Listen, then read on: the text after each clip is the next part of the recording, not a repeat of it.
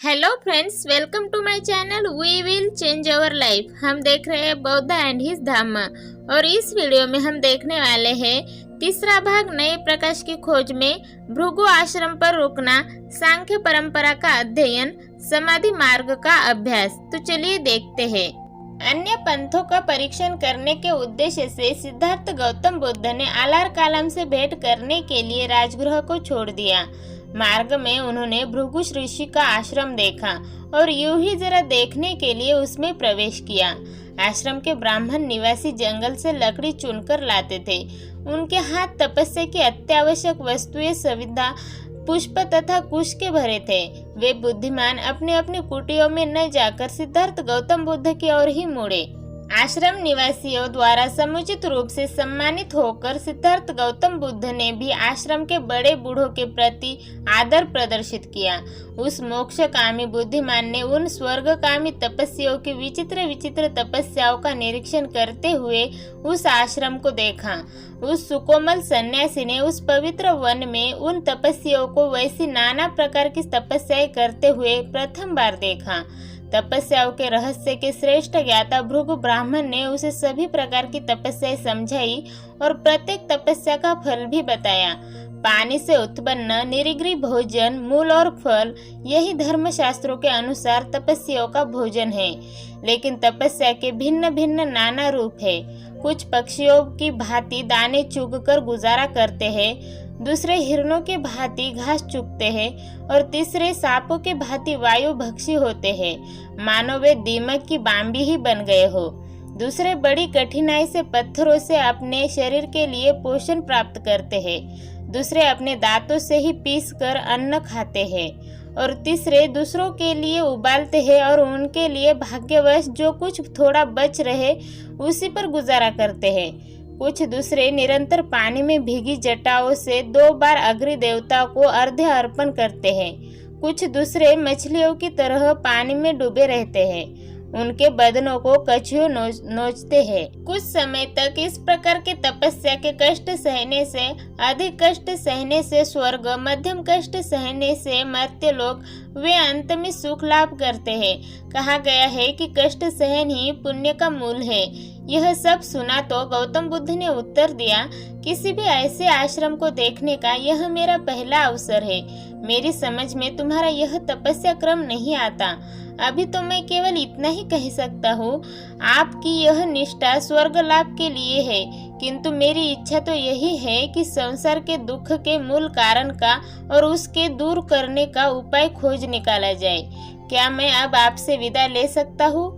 मैं सांख्य दर्शन का ज्ञान प्राप्त करना चाहता हूँ और योग विधि का भी अभ्यास करना चाहता हूँ और देखना चाहता हूँ कि क्या यह दोनों पद्धतियाँ मेरी समस्या के हल में किसी प्रकार सहायक हो सकती है। जब मैं सोचता हूँ कि मुझे आप लोगों से जो ऐसी निष्ठा से अपने पथ पर अग्रसर हो रहे हैं, जिन्होंने मेरे प्रति इतने सौहार्द का परिचय दिया है, विदा लेनी होगी तो मुझे बड़ा दुख होता है। वैसा ही दुख जैसे मुझे अपने संबंधियों को छोड़ते समय हुआ था। मैं जो इस ऊन से विदा ले रहा हूँ, यह कोई आपकी कृति के प्रति वितृष्णा के कारण नहीं, क्योंकि आप तो अपने पूर्वज ऋषियों के पथ पर चलने वाले महान ऋषिगण हैं।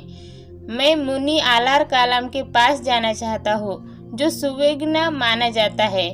उसका यह संकल्प देखकर आश्रमपति भृगु ने कहा, राजकुमार, तुम्हारा संकल्प महान है। तुमने तरुण होने के बावजूद स्वर्ग सुख और मोक्ष के बारे में गंभीरता से विचार कर लिया है और तुम स्वर्ग सुख के स्थान पर मोक्ष लाभ करना चाहते हो। तुम निस्संदेह वीर हो। यदि जैसा तुम कहते हो यही तुम्हारा दृढ़ निश्चय हो तो शीघ्र विंध्य प्रदेश को जाओ। वही वह मुनि आलार कालम रहता है जो निरपेक्ष सुख के रहस्य का ज्ञाता है। उससे तुम मार्ग का ज्ञान प्राप्त करोगे, लेकिन जहाँ तक मैं देख सकता हूँ तुम वहाँ भी न रुकोगे। तुम उसके सिद्धांत की भी जानकारी प्राप्त कर और आगे बढ़ जाओगे। गौतम बुद्ध ने उसका धन्यवाद किया और ऋषि मंडली के प्रति आदर प्रदर्शित कर वहां से विदा हुए। वे ऋषिगण भी उनके प्रति यथायोग्य सत्कार सम्मान की भावना प्रदर्शित कर पुनः तपस्या करने के निमित्त वन में जा दाखिल हुए। सांख्य परंपरा का अध्ययन। भृगु के आश्रम से विदा ले चुकने पर गौतम बुद्ध आलारकालम के आश्रम का पता लगाने के लिए निकल पड़े। आलारकालम उस समय वैशाली में ठहरा हुआ था। गौतम बुद्ध उधर गए। वैशाली पहुंचकर वह उनके आश्रम पहुंचे। आलारकालम के पास पहुंचकर उन्होंने कहा कि मैं आपके सिद्धांत और अभ्यास में दीक्षित होना चाहता हूँ। आलारकालम ने उत्तर दिया, तुम्हारा स्वागत है। मेरा सिद्धांत ऐसा है कि तुम्हारे जैसा बुद्धिमान आदमी इसे अचिर काल में ही स्वयं समझ सकता है, मेरे सिद्धांत का साक्षात कर सकता है और तदनुसार जीवन बिताने लग सकता है।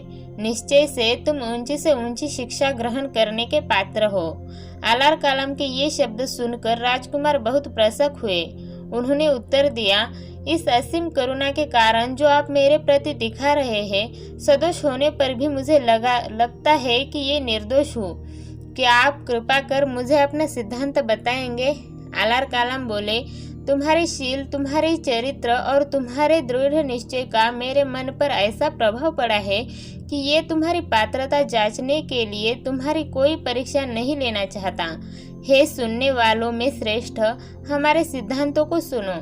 तब उसने गौतम बुद्ध को उन सिद्धांतों से परिचित कराया जो उस समय सांख्य दर्शन के नाम से ज्ञात थे। प्रवचन की समाप्ति पर आलारकालम ने कहा, गौतम, बस इतने में ही हमारे सिद्धांत है। मैंने सार रूप में सब बता दिए हैं। गौतम आलारकालम की स्पष्ट व्याख्या से बड़ा प्रसन्न हुए। समाधि मार्ग का अभ्यास। जिस समय गौतम बुद्ध अपनी समस्या का हल ढूंढ निकालने के लिए नाना तरह के परीक्षण करने में लगे हुए थे, उन्हें विचार आया कि वह समाधि लगाने का ढंग भी क्यों न सीख ले। ध्यान मार्ग के 3 पद्धतियां प्रचलित थी। तीनों पद्धतियों में एक बात समान थी। तीनों की मान्यता थी कि सांस पर काबू पा लेने से चित्त की एकाग्रता सिद्ध हो जाती है। सांस को बस में रखने की एक पद्धति अनापनसाती कहलाती थी। सांस को वश में रखने की एक दूसरी पद्धति प्रचलित थी जो प्राणायाम कहलाती थी। यह सांस लेने के 3 विभाग करती थी। पूरक, अंदर सांस खींचना, कुंभक, सांस को अंदर रोक रखना, रेचक, सांस को बाहर निकाल देना। सांस को वश में करने के एक और तीसरा मार्ग समाधि मार्ग कहलाता था। आलारकालम ध्यान मार्ग में निष्णात समझा जाता था। गौतम बुद्ध को लगा कि यह अच्छा होगा कि यदि यह आलारकालम की देखरेख में ध्यान मार्ग का कुछ अभ्यास कर ले। इसलिए उन्होंने आलारकालम से बात की और प्रार्थना की कि वह कृपया उन्हें ध्यान मार्ग का अभ्यास करा दे। आलारकालम का उत्तर था, बड़ी खुशी से। आलारकालम ने उन्हें अपने ध्यान मार्ग की विधि सिखाई। इसकी 7 सीढ़ियां थी। गौतम बुद्ध ने इस विधि का नियमित रूप से प्रतिदिन अभ्यास किया। इस विधि पर पूरा अधिकार कर चुकने के बाद गौतम बुद्ध ने पूछा, क्या सीखने के लिए कुछ और शेष है? आलारकालम का उत्तर था, मित्र, नहीं, इसके अतिरिक्त मेरे पास सिखाने के लिए और कुछ नहीं है। गौतम बुद्ध ने आलारकालम से विदा ली। गौतम बुद्ध ने उद्दक रामपुत्र नाम के एक दूसरे योगी के बारे में सुना, जिसकी ख्याति थी कि उसने एक ऐसी ध्यान विधि का आविष्कार किया है कि उससे ध्यानी आलारकालम की ध्यान विधि की उपेक्षा एक सीढ़ी ऊपर चढ़ जाता है। गौतम बुद्ध ने सोचा कि यह विधि भी सीख कर योगी की अंतिम अवस्था तक पहुंचना चाहिए। तदनुसार वह उद्दक रामपुत्र आश्रम में पहुंचे और उनके कथनानुसार योगाभ्यास आरंभ किया। थोड़ी देर में ही गौतम बुद्ध ने उद्दक रामपुत्र के 8वें दर्जे तक भी अधिकार प्राप्त कर लिया। उद्दक रामपुत्र की ध्यान विधि को पूर्ण रूप से हस्तगत करने के अनंतर गौतम बुद्ध ने उससे भी वही प्रश्न पूछा जो उन्होंने आलारकालम से पूछा था, क्या आगे कुछ और भी सीखना शेष है? उद्दक रामपुत्र का उत्तर भी पूर्ववत ही था, मित्र, इसके अतिरिक्त तुम्हें सिखाने के लिए और मेरे पास कुछ नहीं है। आलारकालम और उद्दक रामपुत्र दोनों ध्यानाचार्य के रूप में कौशल जनपद में प्रसिद्ध थे, लेकिन गौतम बुद्ध ने सुना था कि मगध जनपद में भी वैसे ही ध्यानाचार्य है। उन्होंने सोचा कि उन्हें उनकी भी विधि सीख लेनी चाहिए। तदनुसार गौतम बुद्ध मगध गए। उन्होंने देखा कि यद्यपि उनकी भी ध्यान विधि का आधार सांस पर काबू पाना ही था, तो भी जो ध्यान विधि कौशल जनपद में प्रचलित थी उससे वह सर्वथा भिन्न थी। इस ध्यान विधि की विशेषता यह थी कि यह सांस का सर्वतः निरोध करके चित्त की एकाग्रता का संपादन करती थी। गौतम बुद्ध ने यह विधि सीखी। जब उन्होंने सांस को रोककर चित्त को एकाग्र करने का प्रयास किया तो उन्होंने देखा कि उनके कानों में से बड़ी तीव्र आवाज आती है और अपना सिर उन्हें ऐसा प्रतीत होने लगा मानो कोई तेज चाकू से चीर रहा हो। यह बड़ी कष्टदायक विधि थी, लेकिन गौतम बुद्ध ने इस पर भी अधिकार प्राप्त कर ही लिया। इस प्रकार उन्होंने समाधि मार्ग का अभ्यास किया। अगले वीडियो में हम देखने वाले हैं तपस्या का परीक्षण, तपश्चर्या का त्याग। तो ये वीडियो आपको कैसे लगी प्लीज लाइक कीजिए, कमेंट कीजिए और इस नॉलेज को दूसरों तक पहुंचाने के लिए शेयर जरूर कीजिए। धन्यवाद।